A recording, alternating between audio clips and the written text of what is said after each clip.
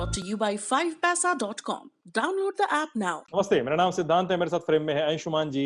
ये है खर्चा पानी। अंशुमान जी, खर्चा पानी में तो आज दो खबरें हैं बड़ी बड़ी। एक अडानी पर सेबी की जो जांच हो रही है, डीआरआई की जांच हो रही है, वो खबर है। दूसरी है डिफेंस लैंड पॉलिसी। लेकिन इतनी ज्यादा खबरें हैं कि हमने दो तीन खबरों को शुरुआत में एक अपडेट की तरह देने का फैसला लिया है, जिस पर हम लोग छोटी सी बातचीत करेंगे, उसके बाद बड़ी खबरों की ओर बढ़ेंगे। तो अंशुमान जी, पहली खबर है बीपीसीएल के डिसइन्वेस्टमेंट को लेकर। सरकार ने कहा है कि डिसइन्वेस्टमेंट करेंगे, लेकिन एलआईसी और पैंडेमिक की वजह से कहा जा रहा है कि इस डिसइन्वेस्टमेंट प्रोग्राम में देर होगी। मतलब पैंडेमिक तो जाहिर सी बात है, उसने सब चीज को हिट किया है, तो इसको भी हिट करेगा। एलआईसी के लिए लग रहा है कि who is the bigger elephant in the room. तो वैसी वाली स्थिति है। सरकार बैंकों से कह रही है कि एलआईसी के लिए पिच करने का, रिपोर्टेडली ऐसी खबरें सामने आ रही हैं। दूसरी खबर है छोटी हमारे लिए, मतलब एक छोटी खबर तो नहीं कहेंगे, वो एक बड़ी खबर है, लेकिन अपडेट के तौर पे लेंगे कि रुपया फिर से टूटा है और $1 का मूल्य अब टूटने के बाद 74.88 रुपए, यानी लगभग 75 रुपए के आसपास पहुंच चुका है। तो 2 दिनों में रुपए की टूट जो है 34 पैसे तक पहुंच चुकी है। तीसरी खबर बैड बैंक से जुड़ी हुई है। बैड बैंक में बहुत सारे बैंक अब निवेश कर रहे हैं, उसके शेयर ले रहे हैं। शेयर होल्डिंग उनकी सामने आई है मिंट की एक रिपोर्ट के हवाले से। केनरा बैंक की होल्डिंग सबसे ज्यादा है, 12.5 मिलियन शेयर उन्होंने लिए हैं। उसके बाद एसबीआई, बॉब, यूबीआई और इंडियन बैंक जैसे बैंक हैं जिन्होंने लगभग 10 मिलियन शेयर्स के आसपास उठाए हैं। पीएनबी और बैंक ऑफ बड़ौदा ने 9 मिलियन शेयर्स के आसपास, और बैंक ऑफ महाराष्ट्र ने 5 मिलियन शेयर। कंबाइन इन्वेस्टमेंट लगभग 74,000 करोड़ रुपए का, 74,500 करोड़ रुपए का। लेकिन ये इसको इस हिसाब से देखें तो लगता है कि जिसकी जितनी बड़ी शेयर होल्डिंग, वो अपना उतना ज्यादा एनपीए खाता सल्टाने की कोशिश करेगा बैड बैंक के जरिए। अंशुमान जी। सिद्धांत, सबसे पहले बीपीसीएल की खबर लेते हैं। पिछले साल जब हमने इस बात पर चर्चा की थी कि सरकार एक बड़ी सेल लगाने वाली है, जिसका जो अर्थात प्लेलिस्ट पर उपलब्ध होगा, तभी हमने ये कहा था कि सेल कितनी भी बड़ी लगाई जाए पर ग्राहक बाजार में होने चाहिए। और इस साल महामारी के बीच में सरकार प्राइवेटाइजेशन की या डिसइन्वेस्टमेंट की इतनी बड़ी बाइट ले चुकी है, इतना बड़ा निवाला काट लिया है सरकार ने कि उसके लिए चबाना मुश्किल हो रहा है।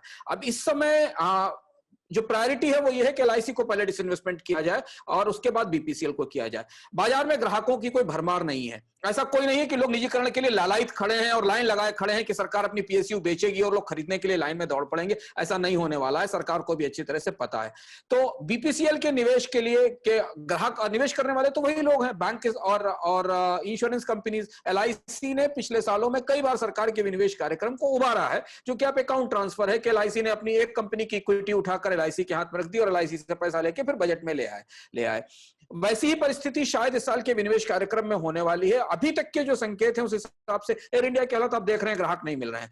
तो कोई बड़ा ग्राहक बाजार में सरकार के प्राइवेटाइजेशन कार्यक्रम के लिए मौजूद नहीं है। उस स्थिति में वरीयता के आधार पर एलआईसी को आगे पुश करने की कोशिश की जाएगी, बीपीसीएल को पीछे रखने की कोशिश की जाएगी, ऐसे संकेत मिल रहे हैं। और एलआईसी के आईपीओ में भी अभी बहुत सारी उलझने हैं, बहुत सारी अड़चनें शामिल हैं। लेकिन इससे एक चीज समझ में आ रही है कि जो इतना बड़ा मोनेटाइजेशन का कार्यक्रम या विनिवेश का कार्यक्रम, जिसमें बैंक भी शामिल हैं, जिसमें एक जनरल इंश्योरेंस कंपनी भी शामिल है, जिसमें इंफ्रास्ट्रक्चर के प्रोजेक्ट भी शामिल हैं, उन्हें इस साल ग्राहक मिल पाएंगे या उनका विनिवेश सफलतापूर्वक हो पाएगा, ये कहना मुश्किल है। यह वस्तुस्थिति विनिवेश कार्यक्रम की है, जहां बिकने को बहुत कुछ है, ग्राहक मौजूद नहीं है, ऐसा लगता है। दूसरा जो महत्वपूर्ण खबर रुपए की गिरावट को लेकर, रुपया 75 के आसपास है। और हमने उसी समय जब अमेरिका में ब्याज दरें कम होने की संभावना दिखाई दी थी और डॉलर मजबूत हुआ था, उस समय हमने इस बात की तरफ इशारा किया था अपने खर्चा पानी में कि रुपए में आने वाले समय में गिरावट की संभावना दिखाई देती है।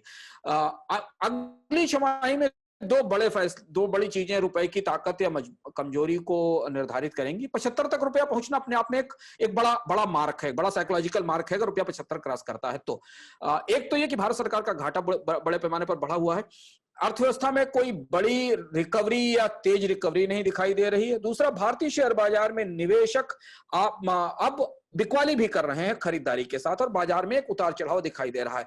जैसे जैसे अंतर्राष्ट्रीय बाजार में ब्याज दरें बढ़ेंगी, भारतीय शेयर बाजार पर में निवेशकों के नजरिए में बदलाव आना शुरू होगा और इसका असर हमें रुपए की कमजोरी के तौर पर दिखाई देगा। यानी मतलब ये समझें कि यदि कच्चा तेल थोड़ा बहुत सस्ता भी होता है ओपेक प्लस के फैसले के हिसाब से और जो उत्पादन बढ़ता है उसके हिसाब से, अगर कच्चे तेल की कीमत 75 से नीचे 70, 69, 78 के आसपास, 68 के आसपास कहीं टिकती है, तो 75 का रुपया उस फायदे को खत्म कर देगा। यानी हम महंगे इंपोर्ट्स की या महंगे कच्चे तेल की परिस्थिति में लंबे समय तक बने रहेंगे, इस बात की संभावना हमको दिखाई देती।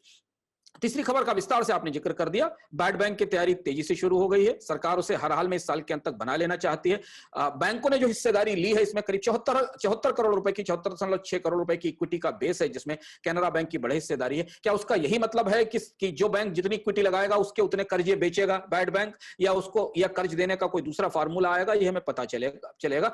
लेकिन बैड बैंक एक आखिरी कोशिश है। आखिरी में इसलिए कह रहा हूं कि बैंक्रप्सी कोड आने के बाद भी बैंकों को ही नुकसान हुआ। कंपनियों ने अपने कर्ज में बैंकों को इस बात के लिए फोर्स किया है कि वो 97%, 98%, 80% पूंजी गंवाएं, यानी हेयर कट लें। क्या बैड बैंक उसे थोड़ा बेहतर कर पाएगा?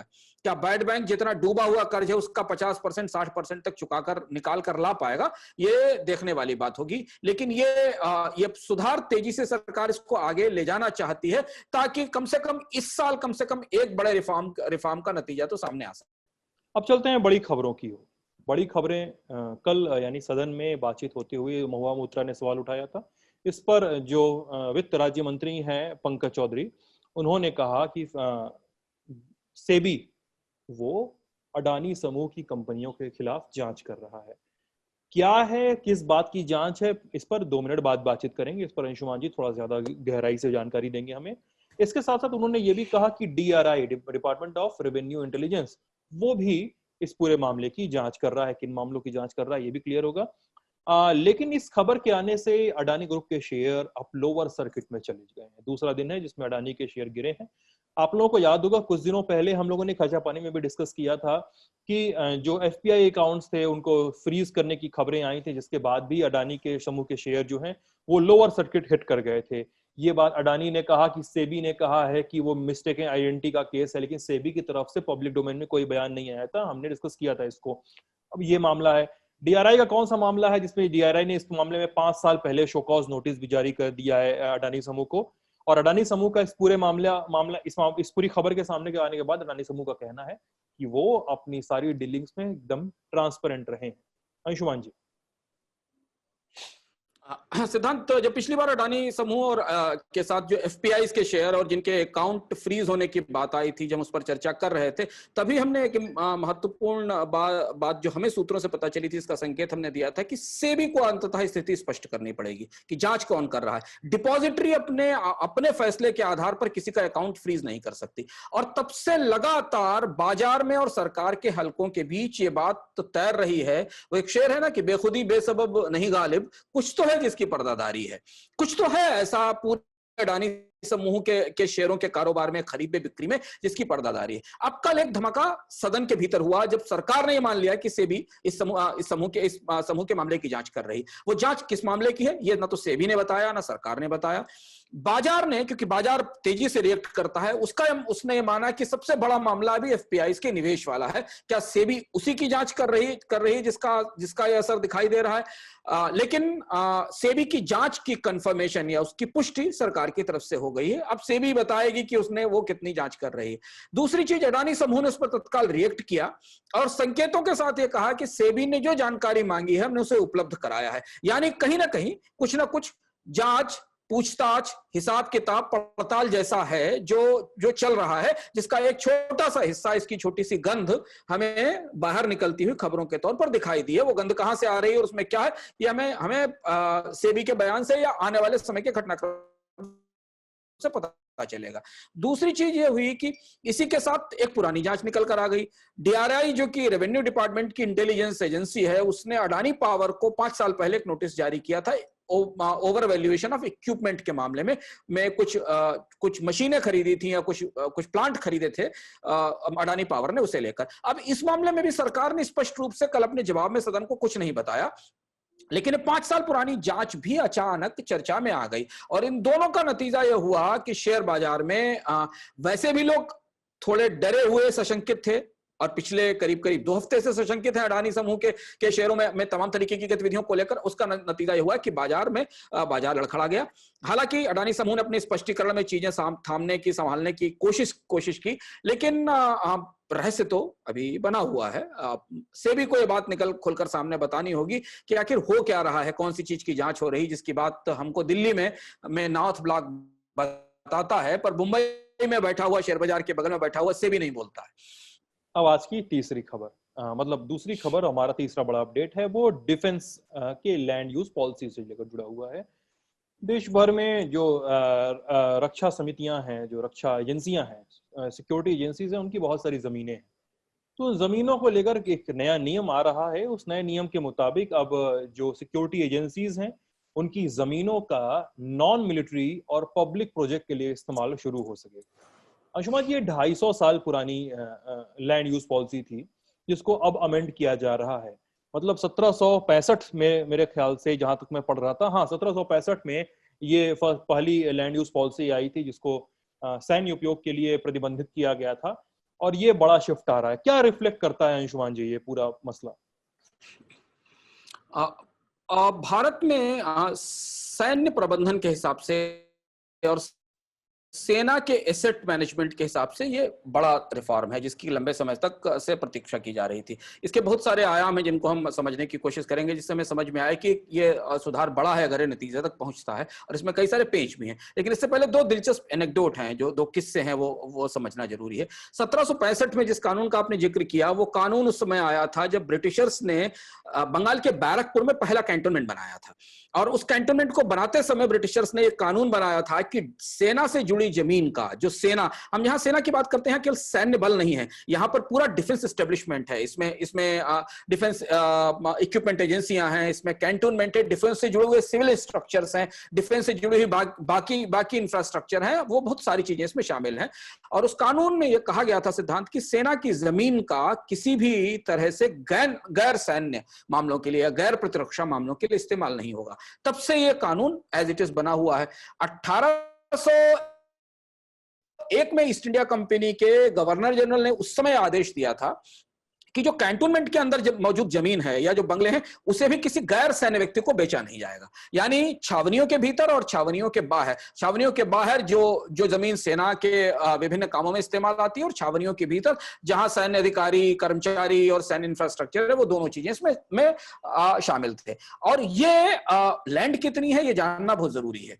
रक्षा मंत्रालय के पास, रक्षा मंत्रालय जब मैं कह रहा हूं तो उसमें रक्षा के सारे उपक्रम आते हैं। रक्षा मंत्रालय के पास करीब 17.95 लाख एकड़ जमीन है, और इसमें से करीब 16.35 लाख एकड़ जमीन छावनियों के बाहर है, कैंटोनमेंट के बाहर है। तो यानी अगर आप आम फहम भाषा में समझने की कोशिश करें तो भारत में जमीनों का सबसे बड़ा जमींदार रक्षा मंत्रालय है या भारत के सैन्य फोर्सेस हैं। और किसी एक पब्लिक सेक्टर ऑर्गेनाइजेशन के पास सबसे ज्यादा जमीनें जिनके पास है, उनमें रेलवेज और डिफेंस भारत में सबसे बड़े लैंडर हैं, सबसे बड़ा लैंड का पॉकेट उनके पास उपलब्ध है।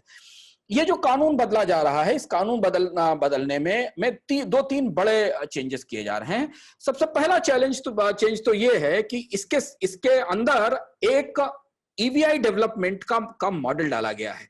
यानी सेना से जो जमीन इंफ्रास्ट्रक्चर डेवलपमेंट के लिए ली जाएगी, सिद्धांत, उसके बदले उसे जमीन नहीं दी जाएगी, बल्कि उसे उस जमीन का बाजार मूल्य पर भुगतान कर दिया जाएगा।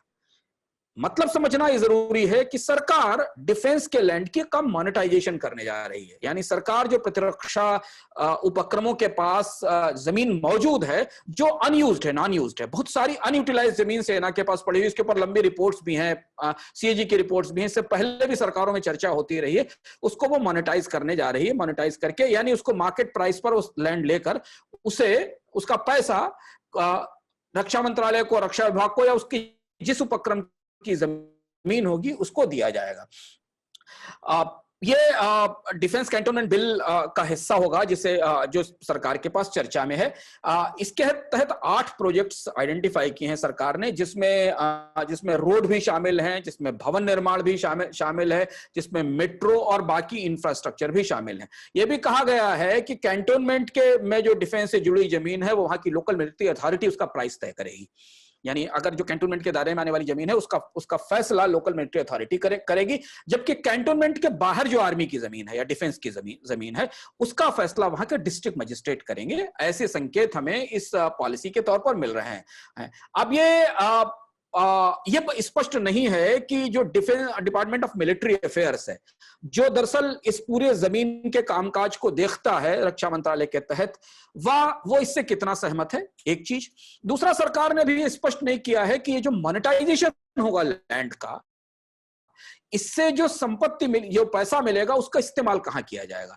एक चर्चा मुझे डिफेंस के कॉरिडोर्स में मैं इस खबर को फॉलो करते हुए पता चली कि शायद सरकार इसका इस्तेमाल रक्षा सेनाओं के आधुनिकीकरण के लिए करेगी, क्योंकि हम लगातार इस तरीके की खबरें देखते चले आ रहे हैं कि भारत में सेनाओं के पास पैसा नहीं है, मॉडर्नाइजेशन के लिए पैसा नहीं है, चीज है आधुनिक तौर तरीके अपनाने के लिए, आधुनिक साजो सामान खरीदने के लिए पैसा नहीं है।